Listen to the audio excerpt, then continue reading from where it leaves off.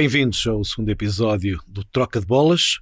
Hoje, com muito para conversar, na companhia do meu colega e amigo Pedro Coelho, vamos sobretudo abordar o fenómeno Carlitos Alcaraz, fazer o rescaldo, obviamente, ao Masters 1000 de Madrid, mas também falar de vitórias portuguesas, de João Domingos, o regresso aos títulos Challenger no Brasil e também o triunfo mais um de Francisco Cabral e Nuno Borges em Praga. Desta vez eles não conseguem perder.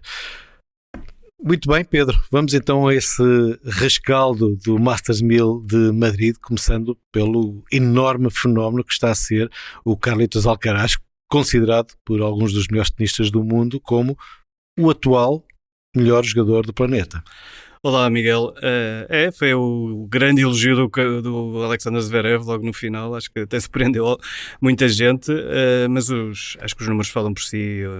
Não só os números, as exibições, a maneira do Carlitos Alcaraz estar no corte, está realmente a sentir-se muito confiante, está-se a sentir-se mesmo, eu diria, invencível. E a verdade é que em Madrid somou vitórias fantásticas. Rafael Nadal, Novak Djokovic e depois Alexander Zverev foram vitórias fantásticas, dando seguimento àquilo que nós também já tínhamos mostrado este ano. Já tinha ganho outros 3 torneios, inclusive em Miami, em hardcourts, portanto ele também já não é um jogador só de terra batida, mas também já tinha mostrado em Barcelona que também em terra batida está a jogar muito bom ténis. Tem realmente, eu não consigo ver pontos fracos no jogo dele. O jogador está muito completo e quando está com confiança tudo lhe sai bem, desde os amortis a bolas muito mais pesadas e rápidas do fundo do corte. Está realmente a mostrar-se um jogador difícil de bater, e quando digo difícil não é só em questão de ser derrotado, não sei o que é que os adversários pensam que poderão fazer para contrariar o jogo dele. Não sei se essa é a tua ideia, mas acho que ele está a mostrar-se realmente demasiado completo, muito completo para um jogador, ainda para mais tendo em conta a idade dele. Ele tem essa aura de invencibilidade neste preciso momento, e como quem não quer nada, ele já ganhou 4 títulos na presente temporada. E no Open da Austrália, convém não esquecer que só foi batido in extremis, da ponta final da quinta partida, pelo Matteo Berrettini, ou seja, no Open da Austrália até poderia ter feito um pouco melhor do que fez, tivesse ganho um ou outro ponto aqui e ali, mas 4 títulos da presente temporada, 2 ATP 500, portanto Rio de Janeiro e Barcelona, 2 Masters 1000, Miami e agora em Madrid, em superfícies diferentes. Em 2-3 meses já fez o dobro que fez David Ferrer nos Masters 1000, só ganhou um título Masters 1000. Por exemplo, um antigo número mundial como o Yevgeny Kafelnikov nunca ganhou um torneio deste gabarito, na altura chamavam-se Super 9, agora Masters 1000, e então não sei como é que, como disseste, os adversários o vão derrotar, porque ele tem esta aura de invencibilidade, ataca muito bem, incrivelmente confiante, põe o público imediatamente do seu lado com a sua espontaneidade, o seu sorriso, a sua audácia no corte, e se empolga muito, e também se defende bem. Portanto, sendo um jogador incrivelmente rápido, ele cobra muito bem o corte e tem uma panóplia de soluções que é impressionante para a sua idade. E eu digo mesmo que, na sua idade, ele, tenisticamente, é melhor do que o Rafael Nadal. O serviço é um pouco melhor, o serviço ainda pode melhorar muito. Eu lembro-me que o Rafael Nadal, no início do ano em que ganhou o seu primeiro título do Grand Slam em 2005 no Open da Austrália, uma frase que ficou famosa e também uma inside joke entre mim e os jornalistas espanhóis, especialmente o nosso amigo Miguel Luengo. O Rafael Nadal perdeu com o Lleyton Hewitt no Open da Austrália, o Lleyton Hewitt depois seria finalista, e ele já jogava muito bem, já encheu o corte com a sua personalidade, com o seu carisma, com a sua pujança física, com o seu estilo dinâmico, mas o serviço ainda não fazia muita moça, embora o serviço de Scardino desse muito jeito nos breakpoints, e então ele preferiu a célebre frase "all matches, no aces", não?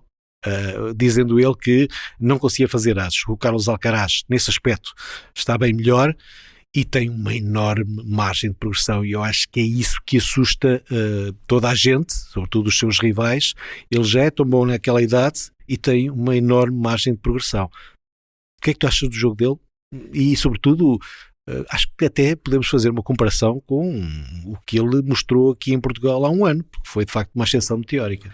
Sim, eu acho que tem esse mérito de nunca ter-se desviado daquilo que queria, ele e o seu treinador, o Juan Carlos Ferrero, porque também convém dizer que tem uma muito boa equipa técnica, e o Juan Carlos Ferrero, além de ter sido número 1 mundial, sempre foi uma pessoa também muito calma, sabe analisar o jogo, e isso foi uma coisa que eu, por acaso, num artigo que escrevi para o público, tive a ler. O Ferrer diz que fez sempre questão que o Alcaraz soubesse analisar o jogo quando está no corte. Portanto, soubesse pensar e soubesse corrigir e soubesse avaliar o que está a fazer bem e o que está a fazer mal. Isso é uma característica do Rafael Nadal, que é muito descurada, que o Carlos Costa, que agora é o seu empresário, sempre me disse desde os primeiros tempos, naquela altura em que se achava que o Rafael Nadal era sobretudo um poço de força, ele é um autêntico computador, e o Carlos Alcaraz também está a seguir essa linha. É, porque é isso que ressalta mais, é essa intensidade física, essa presença no corte, como disseste, cobrem muito bem, tanto o Nadal como o Alcaraz cobrem muito bem o corte e enchem o campo, e isso é o que sobressai. Mas depois há estes pormenores que pouca gente às vezes pensa, e acho que é bom terem atenção para um jogador tão jovem como o Alcaraz, e é isso que ele tem sabido fazer e trabalhado nesse sentido, e desde esses tempos que nós vimos, desses tempos que não foi há muito, foi no ano passado, há 12 meses que ele estava aqui a jogar o Challenger no Jamor em maio do ano passado, mas já se via que era esse o caminho. Portanto, ele sabia que era aquele ténis que queria, era aquele tipo de jogo, e era também aquela atitude que queria mostrar no corte. Nunca se desviaram disso, os resultados foram sempre aparecendo, foi sempre em crescendo. Aliás, também convém aqui salientar que esse Challenger no Estádio Nacional foi o último Challenger que o Alcaraz disputou, passou logo depois para a primeira divisão, começou a jogar torneios ATP. Exatamente, e tal como o seu treinador Juan Carlos Ferrero, entrou para o top 100, e o Juan Carlos Ferrero ganhou o Maya Open em 1999, também lhe deu o passaporte para o top 100, a esse paralelismo em Portugal, muito interessante. Depois ele já ter passado pelo Millennium Steel Open, porque ele ultrapassou o qualifying, já rodeado dessa aura de grande promessa do ténis mundial, e depois perdeu na primeira eliminatória com o Marin Cilic, não estou em erro. Exatamente, ainda conseguiu ganhar num set ao croata, mas foi sempre em crescendo, sempre uma carreira em crescendo, e terminou já este ano com a vitória no Next Gen ATP Finals. Terminou em 32º lugar, se não me engano, do ranking, e retomou, em 2022, esse percurso sempre ascensional, e agora está no top 6. Falaste há pouco do Juan Carlos Ferrer ter também feito essa entrada no top 100, mas convém também referir que foi há 19 anos que o Ferrer ganhou o Masters 1000 de Madrid, o seu único título em Madrid. Obviamente estabelecem-se como paralelismos com o próprio Juan Carlos Ferrero, foi um grande jogador, passou pela liderança do ranking mundial, ganhou um único título do Grand Slam, Roland Garros, chegou a ser finalista no Open dos Estados Unidos diante do Andy Roddick em 2003, foi finalista também do Masters. O Carlos Alcaraz é muito bom em hardcourts e em terra batida, e o seu jogo, fazendo a natural comparação com o Rafael Nadal, é um jogo mais profundo, menos espinado, é um jogo até aparentemente muito mais adaptado a usar de cortes. E essa, obviamente, crescendo num país que tem Rafael Nadal como o melhor desportista espanhol de todos os tempos, marca muito, sobretudo o modo como o Rafael Nadal soube ser um exemplo em vários aspectos da sua carreira. Mas eu não considero o Rafael Nadal apenas o pai espiritual, ou melhor, eu não considero o Carlos Alcaraz o sucessor de Rafael Nadal. Eu acho que ele é o filho espiritual do Big Three, do Roger Federer, do Rafael Nadal e do Novak Djokovic, porque vejo nele um bocadinho de cada um desses. E há aquela frase famosa, standing on the shoulder of giants, e eu acho que o Carlos Alcaraz está nos ombros do chamado Big Three, porque primeiro, ele, quando era novo, idolatrava Roger Federer, nem era o Rafael Nadal. Movimenta-se um pouco mais como o Roger Federer do que propriamente como o Rafael Nadal e o Novak Djokovic, ou seja, é um estilo de movimentação um pouco mais aéreo do que aquele estilo em cima do corte e deslizar no corte do Nadal e do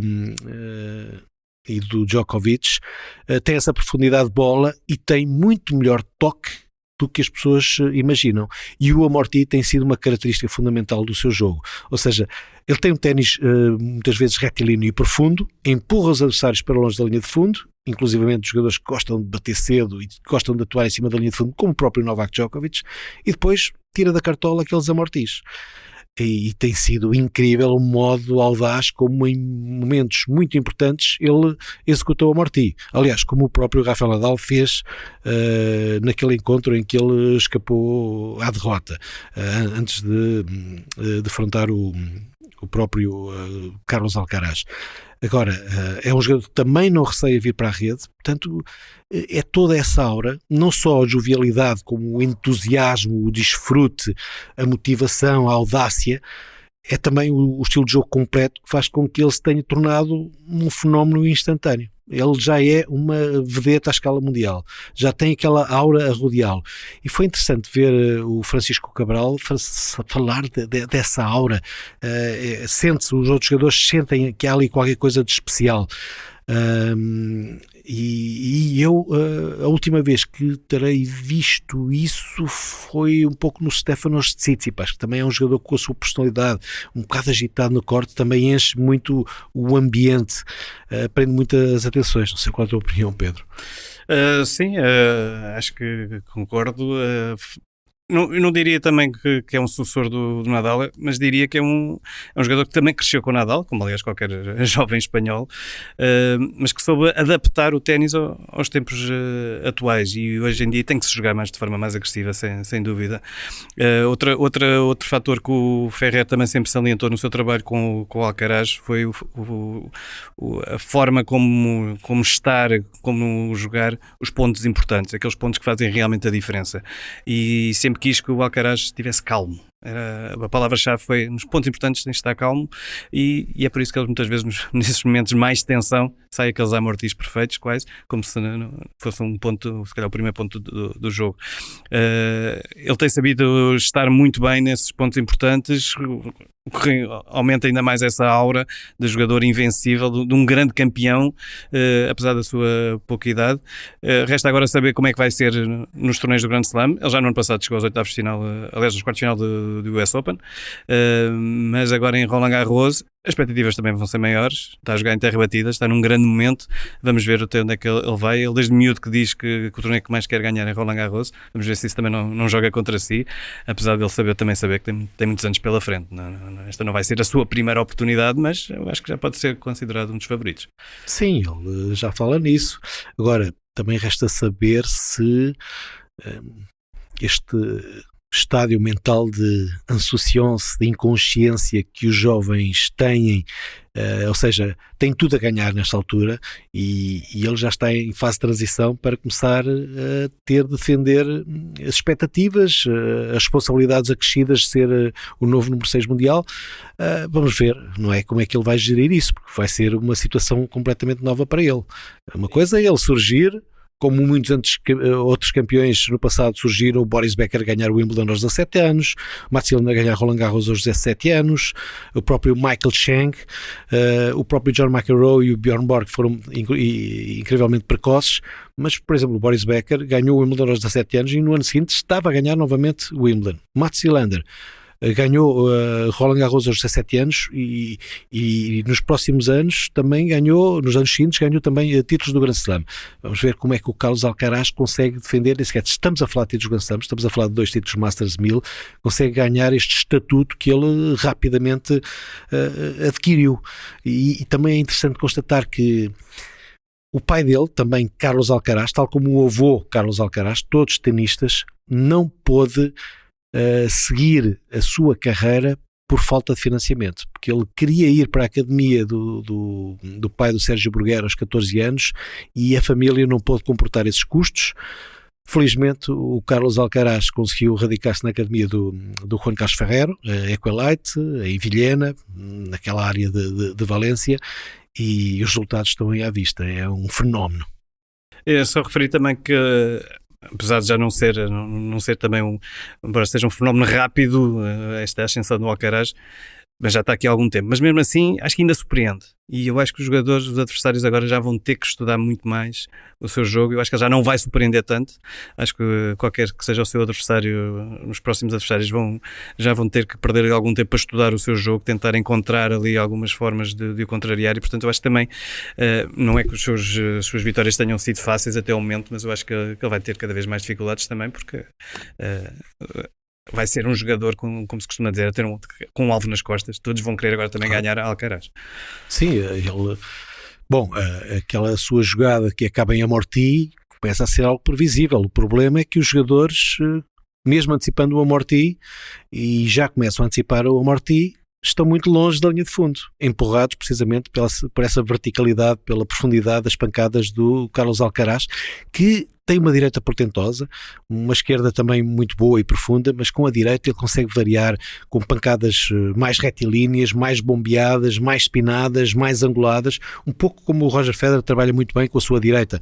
Tem essa versatilidade o Roger Federer. E depois também vem para a rede, e a rede ele tem bons instintos, boa movimentação, tem punches. Lá está, é um jogador tão completo que assusta, e o próprio Sasha Zverev no discurso referiu que ele está a ganhar a toda a gente e só tem 5 anos. Foi um excelente discurso do Sasha Zverev. Ele de facto é um jogador muito eloquente, aliás até é mais eloquente em inglês do que em alemão, segundo dizem os meus colegas alemães, porque ele em casa fala russo, fala alemão, é um alemão um bocadinho mais formal, mas é muito bom em inglês. O Sasha Zverev que tem essa, enfim, essa reputação algo ensombreada por aquele caso de acusação de violência doméstica que foi trazida à baila por uma antiga namorada, mas ele quando fala normalmente muito bem, e também não teve qualquer problema em criticar a programação do Torneio de Madrid. Já lá vamos. Queria apenas acrescentar que foi apenas a 12ª vez que um jogador derrotou o Rafael Nadal e o Novak Djokovic no mesmo torneio, e nenhum o conseguiu fazer por 2 vezes. Portanto, houve 12 jogadores diferentes a ganhar Rafael Nadal e Novak Djokovic no mesmo torneio, e nenhum antes o tinha conseguido fazer em terra batida. Obviamente, de uma maneira mais recente, recordamos o Stan Wawrinka no Open de Austrália 2014, mas eu sobretudo recordo o David Nalbandian, que teve ali uma quinzena fabulosa, ganhou Madrid e depois Bercy, o Masters 1000 de Paris logo a seguir, quando Madrid era jogada indoor, e tinha a semana de Paris, o Palais Municipal de Paris-Bercy logo a seguir. Ele ganhou esses 2 Masters 1000 de maneira consecutiva e jogando um nível estratosférico. Não estive em Madrid nesse ano, mas estive em Paris. Ele aniquilou o Rafael Nadal na final, mas foi em Madrid que ele conseguiu bater o número 1, o número 2 e o número 3. Portanto, o Rafael Nadal, o Roger Federer e o Novak Djokovic. Deixa-me só também dizer, e falando aqui agora um pouco dos outros protagonistas de Madrid, acho que também nunca vimos, se calhar, um Djokovic e um Nadal na mesma semana a jogar de uma forma também tão, eu diria, vulnerável, não é? O Nadal vem de uma paragem de lesão, aliás ele teve quase para vir a jogar aqui no Millennium Steel Open na semana anterior, e mesmo o Djokovic, apesar de ter feito frente ao Alcaraz a sua melhor exibição do ano, segundo as suas próprias palavras, também não tem competido muito. Portanto, são jogadores que acho que ainda podem jogar mais nesta fase, e principalmente agora para Roland Garros, mas também não quero tirar aqui nenhum mérito ao Carlos Alcaraz, obviamente. Sim, mas exatamente, tanto o Rafael Nadal como o Novak Djokovic perderam, mas eles saíram relativamente contentes da sua prestação madrilena. E também não nos podemos esquecer que o Masters 1000 de Madrid se realiza em altitude, em condições completamente diferentes de Roland Garros. Portanto, eles saíram contentes pelo modo como responderam fisicamente e pelo modo como competiram. Aliás, o Nadal acho que só ganha uma vez em Madrid, neste Masters 1000 de Madrid. Em terra batida, ele ganhou o indoor numa final célebre diante do Ivan Ljubicic, que recuperou da desvantagem do 2-7-0, mas quando o torneio era indoor. E só falando também um pouco do Zverev, sei que vais querer referir a questão dos horários, realmente um pouco estranho isso, mas realmente a sua exibição na final foi completamente ao lado, ele passou completamente ao lado, já nem digo não diria que ele era favorito, mas pelo menos aquilo que se esperava por aquilo que ele tinha jogado até esse último dia. Acho que foi um Zverev, não vi o Zverev sequer discutir o encontro. Acho que foi realmente uma exibição um bocado decepcionante. Até porque ele ganhou 2 vezes em Madrid, utiliza muito bem esse fator da altitude. Bom, obviamente a sua prestação na final também foi comentada, tendo em conta o facto de ele ter concluído a meia-final já de madrugada e depois ainda foi treinar. Ora, para que é que ele foi treinar? Para se deitar ainda mais tarde, depois para os banhos, as massagens, a adrenalina, só dormiu às 5 da manhã. Obviamente que a final no dia seguinte era mais a meio, fim da tarde, e havia algum tempo de recuperação, mas quando eu soube que ele tinha ido treinar logo a seguir à meia-final, uma meia-final em 3 sets, não foi uma meia-final em 2 sets fáceis, diante do Stefanos Tsitsipas, um grande rival dele, portanto ali, para além do desgaste físico, também deixou muito desgaste emocional. Enfim, achei um erro ele ter ido treinar a altas horas da madrugada, mas de qualquer das formas ele teve razão em criticar a programação. Para mim, devia-se fazer jogar as meias finais masculinas, uma a seguir à outra, e depois a final feminina em prime time. Já agora o título feminino foi para a tunisina Ons Jabeur, uma jogadora incrivelmente habilidosa, que nos seus tempos de juvenil foi treinada pelo nosso Luís Sousa, esse mestre do Maghreb, dos países árabes. Mas para mim era feita essa correção, colocar as meias finais masculinas uma atrás da outra e depois a final feminina em sessão noturna. Só que aquilo é um torneio também feito para os madrilenos. E em Madrid o biorritmo é completamente diferente, é muito mais tardio. Os espanhóis gostam de ir tarde para os eventos. Eu recordo-me que na final da Taça Davis de 2004, olha, uma final de Taça Davis em que até parcialmente havia ao lado do Marcelo Rebelo de Sousa. Eu cheguei à sala de imprensa para pedir a credencial e estava lá fechado para siesta. Isto em dezembro, no início de dezembro. E os espanhóis de facto têm uma vida diferente no que diz respeito aos horários e gostam de estar à noite, gostam de cear. Portanto, agora deixa-me fazer o mundo não compreende, mas eu vejo aqueles horários de maneira algo normal, tendo em conta o estilo de vida ibérico. Mas pode ser que mude, porque este também foi um torneio de Madrid que marcou a despedida do Ion Tiriac. O torneio foi comprado pela IMG. A transição. E se calhar isso pode mudar um pouco, não é? Porque a IMG também é a empresa que agencia muitos tenistas e também poderá facilitar um pouco a vida deles no torneio. Sim, mas pois até se falou na polémica dos wildcards, que não houve jogadores espanhóis a beneficiarem de wildcards com esta nova organização da AMG, mas para que haja casa cheia, obviamente que os horários em Madrid serão distintos de quaisquer outros horários noutras partes do mundo, e as pessoas que criticaram por esse mundo fora têm que perceber que o torneio também é feito para os espectadores locais, para toda a parte corporate local. Portanto, nesse aspecto é forçoso encontrar o melhor equilíbrio, e para mim o dia das meias finais, embora um dos semifinalistas da segunda meia-final jogasse essa noturna na sexta-feira à noite e pudesse também acabar muito tarde, era fazer jogar as meias finais masculinas a partir de, meio da tarde, e depois a final feminina com um horário estabelecido, um not before. Vamos ver o que é que irá acontecer para o ano, porque havia uma situação semelhante no Open dos Estados Unidos, o famoso Super Saturday, que antigamente fazia jogar as meias finais masculinas com a final feminina no meio. Isso já foi abolido há já algum tempo, mas não há tanto tempo como isso, com aquela alusão à fabulosa jornada de 1984, em que tivemos o Ivan Lendl a bater o Pat Cash no tie-break da quinta partida, 5 sets, depois Martina Navratilova e Chris Evert, também uma final feminina extensa em 3 partidas, e depois o John McEnroe a derrotar o Jimmy Connors em 5 sets, com o dia a acabar muito tarde. Foi um festival de ténis esse dia, considerado talvez o melhor dia de ténis de todos os tempos. E o certo é que no dia seguinte, o jogador que acabou muito mais tarde, o John McEnroe, arrasou o Ivan Lendl, teve muito mais tempo para descansar. portanto, essa prestação do Sasha Zverev na final podia ter sido muito melhor, mas eu acho que ele ficou completamente mistificado pela aura que rodeou o Carlitos Alcaraz. Uma nota só também, em relação ao 11 Jabeur, que tal como o Alcaraz, passou para o segundo posto da corrida para o Masters. Portanto, o Alcaraz já no ranking da corrida, que contabiliza só os resultados deste ano, já é o segundo melhor, está a muito poucos pontos do Rafael Nadal. 11 Jabeur também passou para o segundo posto, está também em grande forma a tunisina, isto depois de passar pelo caminho ter derrotado a Simona Halep 6-3, 6-2. Uma Simona Halep que também é sempre considerada uma das favoritas a Roland Garros. Vamos ver como é que será o torneio feminino, também muito aberto, como tem sido ultimamente os grandes slams femininos, mas eu pessoalmente gosto assim. No torneio feminino não tivemos a grande dominadora da temporada, a Iga Swiatek, a jogar.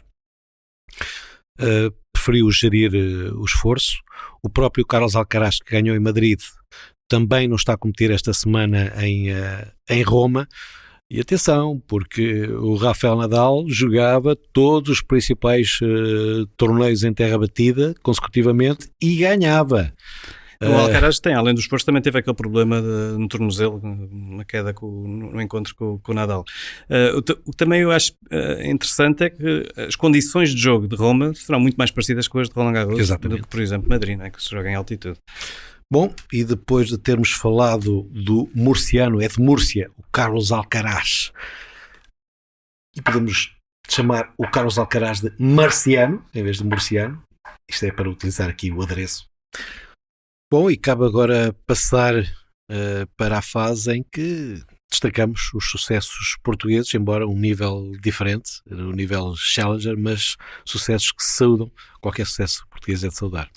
Obviamente, eu não sei qual deles foi mais surpreendente. Obviamente que o Nuno Borges e o Francisco Cabral vinham daqui de um título no Millennium Steel Open, o seu primeiro título ATP, o primeiro título ATP de uma dupla portuguesa, mas é sempre difícil a semana seguinte e a verdade é que eles tiveram algumas dificuldades em lidar com todas as consequências dessa vitória, mas a que de facto continuaram a ganhar e saíram de Praga com mais um título, desta vez no Challenge Tour, mas estão também a criar aqui uma aura de invencibilidade, são realmente uma grande dupla e vamos ver até onde é que eles podem ir, mas acho que estão cada vez mais entrosados, mais confiantes e também estão a criar cada vez mais respeito por parte dos seus adversários. Exatamente, eles conseguiram ultrapassar a famosa ressaca emocional e de facto eles salientaram a dificuldade que tiveram em retomar o contacto com a competição depois de um sucesso tremendo perante os olhos do Presidente da República no Estádio Millennium.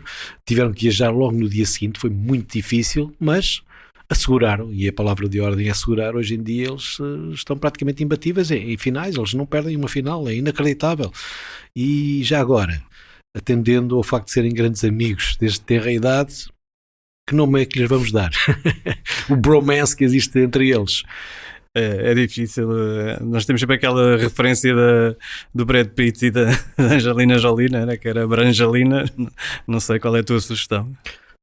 Bom, sugiro Cabrorges. Fica então batizada esta dupla portuguesa de Cabrorges. Parece o nome de uma localidade em Trás-os-Montes, mas enfim. Só dizer que eles agora finalmente, pelo menos como dupla, vão descansar esta semana. O Nuno Borges não, o Nuno Borges está a jogar singulares em França, num challenge onde vai ter como primeiro adversário o Pedro Sousa, que passou o qualifying.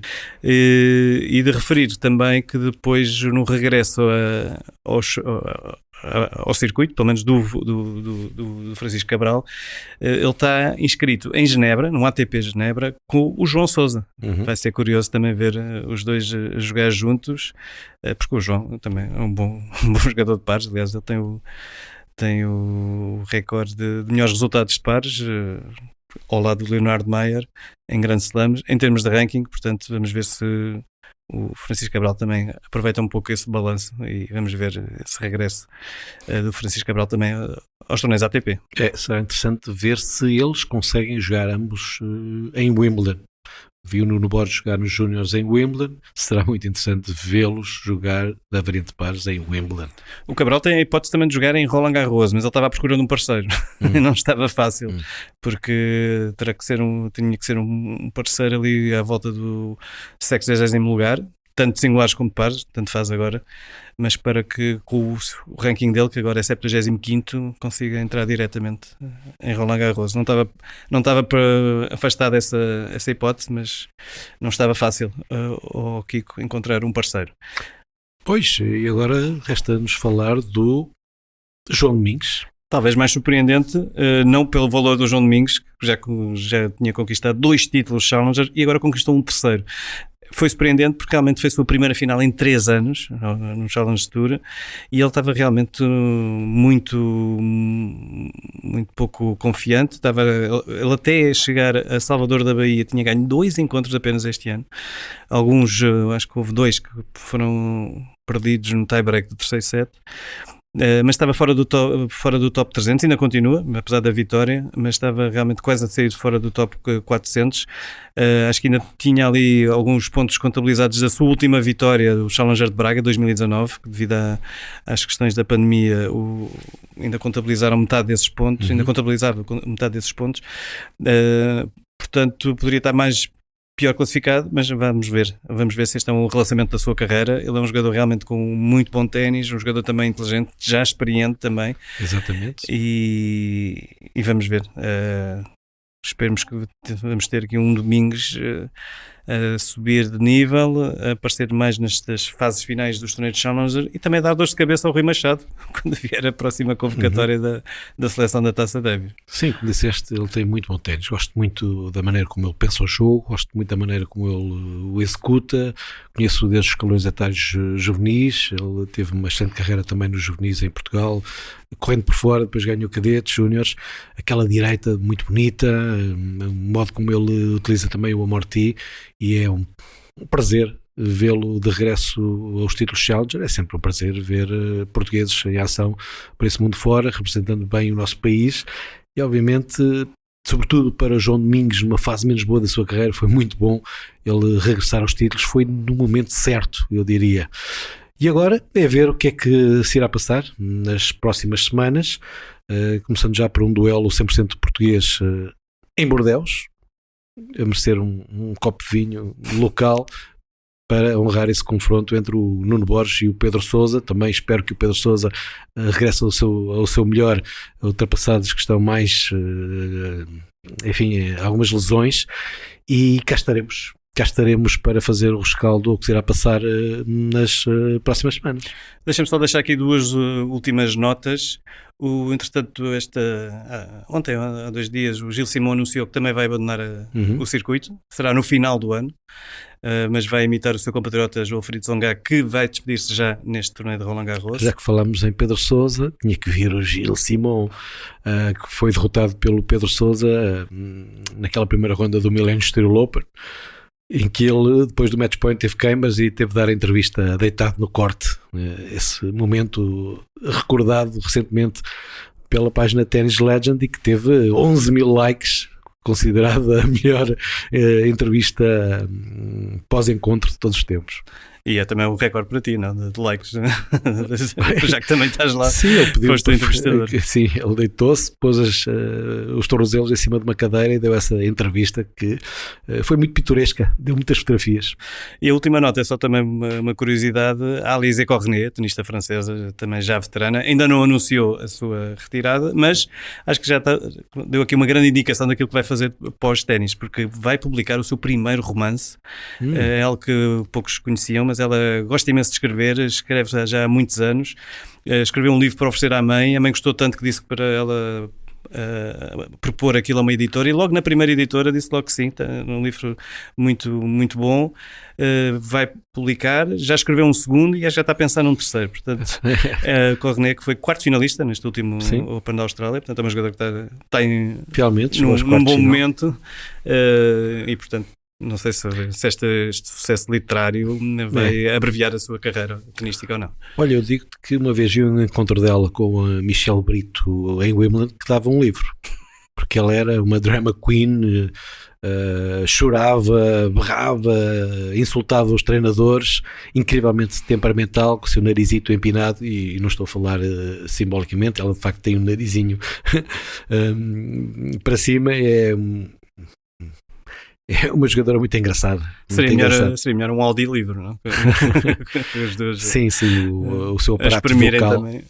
O seu aparato vocal nos encontros é fantástico, e esse duelo com choros pelo meio, birras, enfim, foi mesmo uma aventura que dava um bom livro. Bom, está na hora então de concluirmos, Pedro. Até para a semana. Então até para a semana, para mais um episódio do Troca de Bolas com a atualidade tenística nacional e internacional. Fiquem bem.